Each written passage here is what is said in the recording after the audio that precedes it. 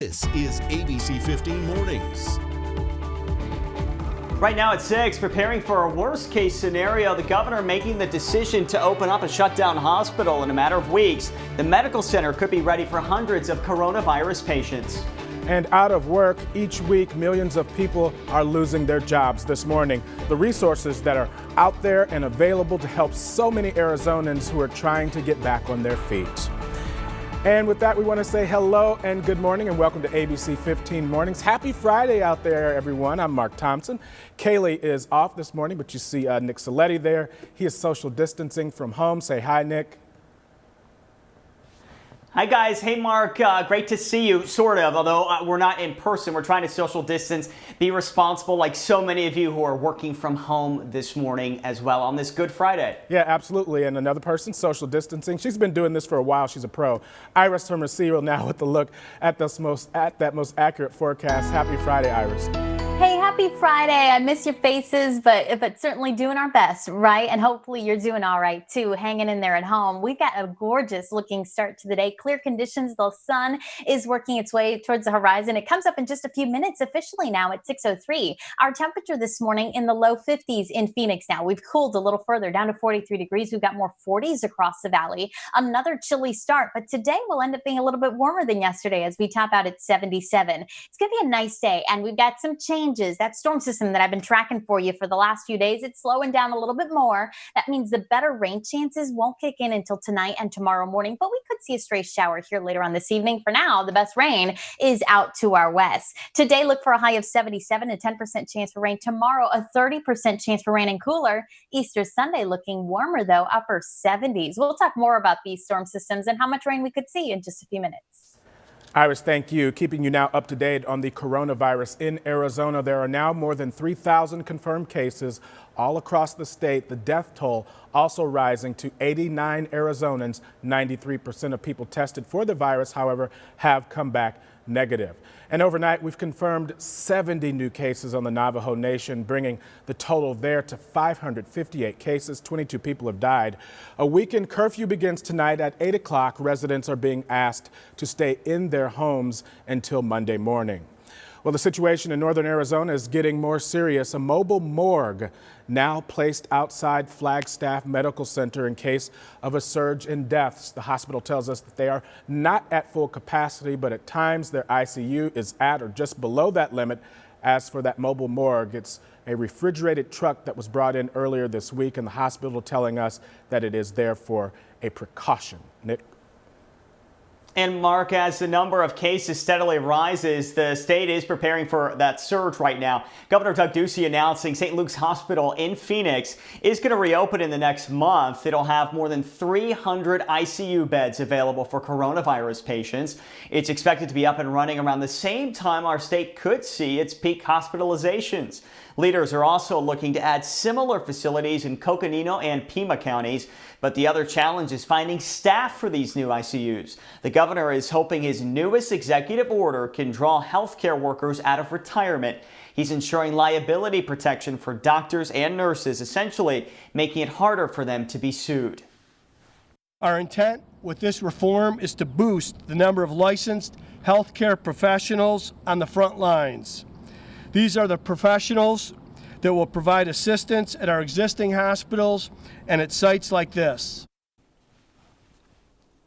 Now, state leaders say they are reviewing proposals this week for who will get that St. Luke's contract.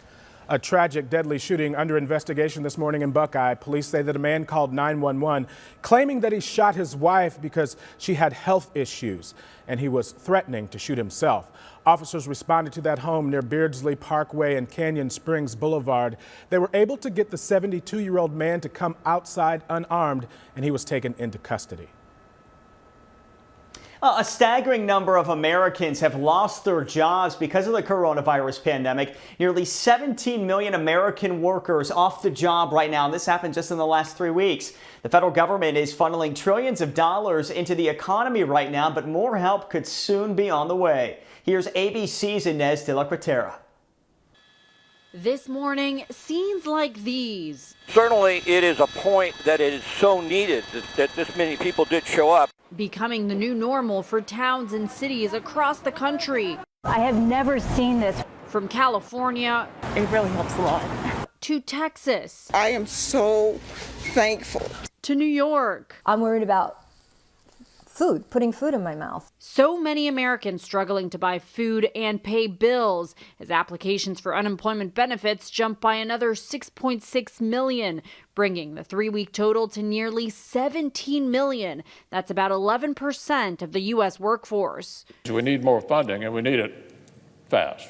President Trump now requesting another $250 billion to help small businesses, but Democrats blocking that measure. They're insisting on another $250 billion for hospitals and states. This was in fact designed to fail, designed as a political stunt. Meanwhile, new trouble with the first relief plan as Americans face delays getting their extra $600 per week in unemployment benefits. How long it takes will vary by states. Some states' systems will take longer. Many state websites crashing because of overwhelming demand. Overnight, President Trump promising more help for farmers, saying the government will use all the funds and authorities at its disposal to make sure our food supply is stable. And college students will also be getting some help. The Department of Education is releasing $6 billion in emergency grants to help students with their debt. And as for those direct relief payments, officials say the first checks are on track to be paid starting next week. Inez de la Cuetara, ABC News, Washington. Inez, thank you. And we know this is such a difficult time for a lot of Arizonans out there, but there are resources available for people who are without work right now. John Genovese joining us live this morning. John, so you talk with some local experts about the help that people can get. Yeah, Nick, there is some optimism from those experts as well. They say Arizona is a state that should be able to rebound quickly once this is all said and done. But we know so many people are in a tough situation right now, being out of work. Now, according to the Greater Phoenix Economic Council, there are more than 550,000 small businesses across our state. We know those businesses have been among the hardest hit due to this virus.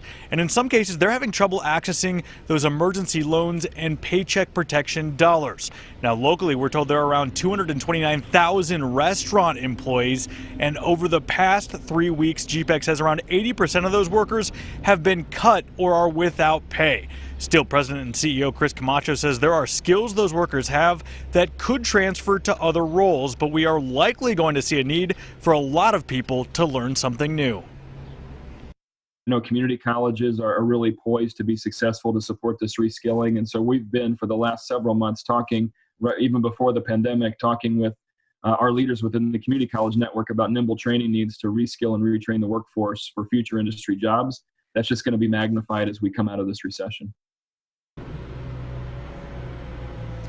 And Camacho says Arizona is a resilient state, and that's because of the types of industries we have here, as well as the draw to Arizona given our climate. And Mark, coming up in the next half hour, we're actually going to break down a new resource for folks who are looking to find work at this moment. But for now, we'll send it back to you in studio. All right, John, looking forward to that. Thank you so much for that live report. And as families are dealing with hard times, Arizona Food Bank Network wants to make it a little bit easier for people to find available resources. The food bank is launching a new texting program that lets people type in their address, and they're given a full list of the closest free lunch programs and the times that they are available. And a heads up for businesses and bus riders, passengers will now have limits on the Phoenix City bus system that will take effect on Monday. The rules are on your screen right there, and it includes a maximum of 10 passengers on a regular 40-foot bus or 15 passengers on those longer buses. There are exceptions for wheelchairs. Let's get to a scam alert this morning. Scottsdale police issuing a warning about a new hoax. If you get a letter saying county health officials are going door to door conducting health screenings, don't fall for it. Police say they have received reports from people getting these letters, which also say anyone sick will be quarantined for up to 45 days. A Valley swim coach facing charges this morning accused of sexually abusing a teenage girl. Nathan Moore was picked up by the MCSO Special Victims Unit. Detectives believe that the 43-year-old had an inappropriate relationship with one of his young athletes, and investigators fear that there may be more victims. We're told Moore coached at high schools, community centers, and aquatic centers throughout the Valley. Well, coming up next on ABC15 Mornings, it is allergy season, boy, I can tell you. And if you suffer with springtime allergies, doctors say treating them now can actually better protect you from coronavirus. Plus, custody and coronavirus, how divorced parents have to work together during this pandemic. ABC 15 Desert Drive Time, sponsored by Accident Law Group. It is 6:13 on your Friday morning. Time now for Desert Drive Time traffic, sponsored by Accident Law Group. And we're taking a look at the I-10 westbound, just west of 35th Avenue. We showed you this earlier. That rollover crash has now been moved off to the left, and it looks like traffic is getting by just fine. We will keep you updated if we get any more information on any possible injuries. But for now, we want to get a check of that most accurate forecast. Meteorologist Iris Hermosillo, social distancing from home, and she's got to look at more details. Hey, Iris, happy Friday. Hey, good morning. Happy Friday to you, Mark, as well. Hopefully you enjoyed this week so far. We started out with highs in the 80s, then cooled off yesterday, a high of only 74, and today we're back into the 70s for a high. So no 80s just yet. It'll be a little warmer than it was yesterday, but not by much. Now, we still have those changes with that storm system that's kind of been lingering in our region for days. It's finally going to start to move through our state, but not likely until later today and tomorrow. So that's going to delay our rain potential here in the Valley a little bit further, as the rain chances will be better tonight into Saturday morning now. But right now, if you're getting ready to step outside early, maybe you are one of those essential workers that has to get to work this morning. Nothing but sunshine and clear skies as you step outside. It's a little chilly though, just like yesterday. Temperatures are down into the 40s to 50s across the Valley. We're at 53 degrees officially at Phoenix Sky Harbor, but now down to 48 in Chandler. It's 52 in Mesa, 49 in Glendale, and 50 for you in Goodyear. Good morning to you. Across Arizona, still freezing or below freezing in spots like Flagstaff at 22 degrees there. 24 in Heber. Payson, you're checking in at 36, but we're now below freezing in Prescott too at 31 degrees, 54 right now at Lake Havasu. By this afternoon, a little warmer than yesterday. Yesterday we topped out at 74. Today we're up to 77 for a high, 58 for a high in Kingman, 62 in Payson, and we'll reach 53 today in Flagstaff. Across the Valley, these high temperatures in the upper 60s to low 70s, still below the average high for this time of year. You can see that top right corner shows you the average high and average low. Average high is 84. Today, we'll make it to 77 in Mesa, 78 in Tempe, and 78 in Chandler. And in the West Valley, we'll reach 77 in Litchfield Park, 77 in Goodyear, and 77 in Glendale. We're going to start the day with mostly clear conditions, but then clouds will be moving in this afternoon and evening. So you'll notice more clouds by later on today. There's a 10% chance for rain this evening, but you notice that the bulk of the rain is still well to our west, out near San Diego. Eventually, we'll see those rain chances increase, but initially through the day today, it's western Arizona that has a chance for showers and thunderstorms this afternoon. Then watch, as we get into this evening, maybe a 10% chance for rain in the Valley. That's it. Here's 10 o'clock. But overnight tonight into tomorrow morning, notice how rain chances get a little bit better. At this point, it looks like a 30% chance for rain Saturday morning. Today, mostly dry with just a 10% chance by the evening. Our high temperature up to 77 today. Then tomorrow, we're going to be cooler down to 73, but Easter looks really good with a high of 79, mostly sunny skies, then back into the 80s starting Monday with a slight chance for rain and near 90 by next Thursday. All right, Iris, thank you so much. We've got new details on the coronavirus and the hardest hit state in the U.S. Of course, we're talking about New York. Researchers from Mount Sinai Health Systems finding infections in New York were transmitted mainly from Europe, not Asia, where the coronavirus originated. There's been more than 5,000 deaths in New York alone. British Prime Minister Boris Johnson is out of intensive care after being hospitalized earlier this week for complications linked to coronavirus. He was moved back to another ward yesterday where he will be monitored as he recovers. The Prime Minister said he is in extremely good spirits. And Wall Street is closed today for Good Friday. Yesterday, stocks rose with the news of the Federal Reserve program to support the economy. The S&P 500 finished the week with its best performance since 1974. Nick? All right, Mark. Well, do you suffer through springtime allergies? Doctors are urging people to make sure they take precautions now so you can reduce the risk of getting the coronavirus later, or maybe reduce the chance of having severe symptoms, at least if you do get it. Pollen and other allergens can cause inflammation, which weakens the immune system. And on top of that, spring allergies can cause itchy eyes and an itchy nose, and that can make you want to touch your face more. So the best thing to do is to talk to your doctor about maybe some kind of over-the-counter or prescription medicine to help ease those allergies. The coronavirus has disrupted life for all of us, and it can add extra stress, of course, for parents who are in split families. This morning, Kaylee O'Kelly looks at how those stay-at-home orders can affect custody agreements. My concern as a mom is device time. Amanda Locker is working to keep her kids on balanced schedules during this pandemic. You need to go outside for an hour, disconnect from technology, go for a bike ride. She's not the only parent in charge. Divorced, it's been now 7 years. We chose to live in the same city, so it'd be easy for the children. And we've always had a 50-50 custody agreement. That agreement put to the test during the stay-at-home order. Like my child the other day said, Mom, can I stay at Dad's for the first couple days to adjust? Because it was his day. And I said, absolutely, because their well-being and their education comes before my selfishness of, no, it's my day.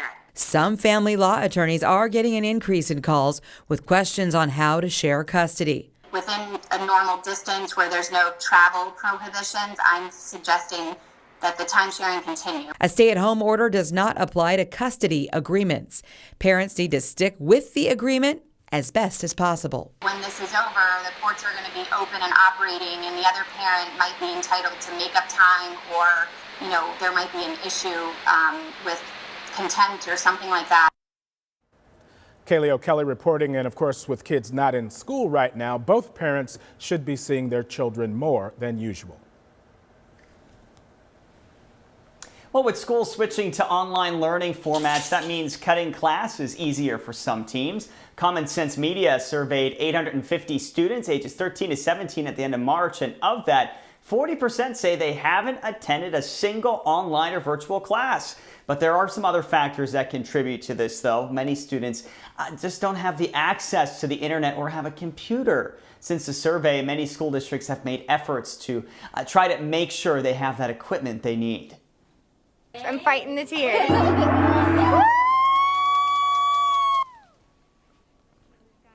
There we go. COVID-19 didn't stop 6-year-old Mason from celebrating beating cancer. The Mesa family had a lot to celebrate on Facebook Live yesterday after their son's 3-year battle with leukemia. Most gong-ringing ceremonies at Carton Children's Hospital have been postponed, but Mason's team made an exception since the family is going to be moving out of state in just a few days. So Team Mason, you are awesome, my friend. Congrats to you on that. Some good news for your Friday. Yeah, no doubt. I want to hit a gong. We should get a gong here at the station. That would be great. That would be good stress release. All right, Nick, thank you. Well, during this crisis, many of us are getting a new understanding about the importance of family and friends. Easter weekend is going to be different this year, but restaurants across Arizona, they're ready to serve your family. And as we go to break, honoring those on the front line in the fight of the coronavirus, the city of Scottsdale, look at this, it's beautiful, paying tribute to first responders and healthcare workers by lighting things up in blue.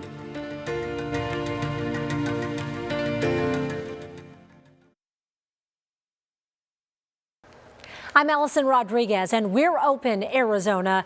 Right now, traditions will look a little different. Sunday services, a picnic in the park, and egg hunts. For many people, Easter is all about family and gathering together. And that's why Arizona restaurants are stepping up so you don't miss out. If you love brunch, check out Original Breakfast House. You can order omelets, French toast, corned beef hash, and eggs, and other meals too, all ranging from $12 to $16.50 per meal. Or maybe you want a full meal ready to go. Seasons 52 will provide all of the fixings. All you do is pick it up curbside and pop it in the oven or microwave. And an added bonus, you can order mimosas. Lamb shank, osso buco, chicken parmigiana, or chicken and sausage cacciatore. It is a tough choice, we know, but one you're going to have to make if you're ordering from Tommaso's. Get a full meal for $40 a person. If your mouth is watering now, you're not alone, and that's just the tip of the Easter iceberg. We have put a full list of restaurants serving up delicious Easter meals online at abc15.com/open. And if you know a restaurant helping out the community or staple fighting to stay alive, we want to share their story. Email us at openandaz@abc15.com. All right, 6:25 now on your Friday morning. High school seniors across the state, they're missing out on a lot right now this year due to those schools being closed. This includes graduation and prom. Now a local menswear company is working with local businesses to give them a 2-day festival this summer that they will never forget. It's called Promchella.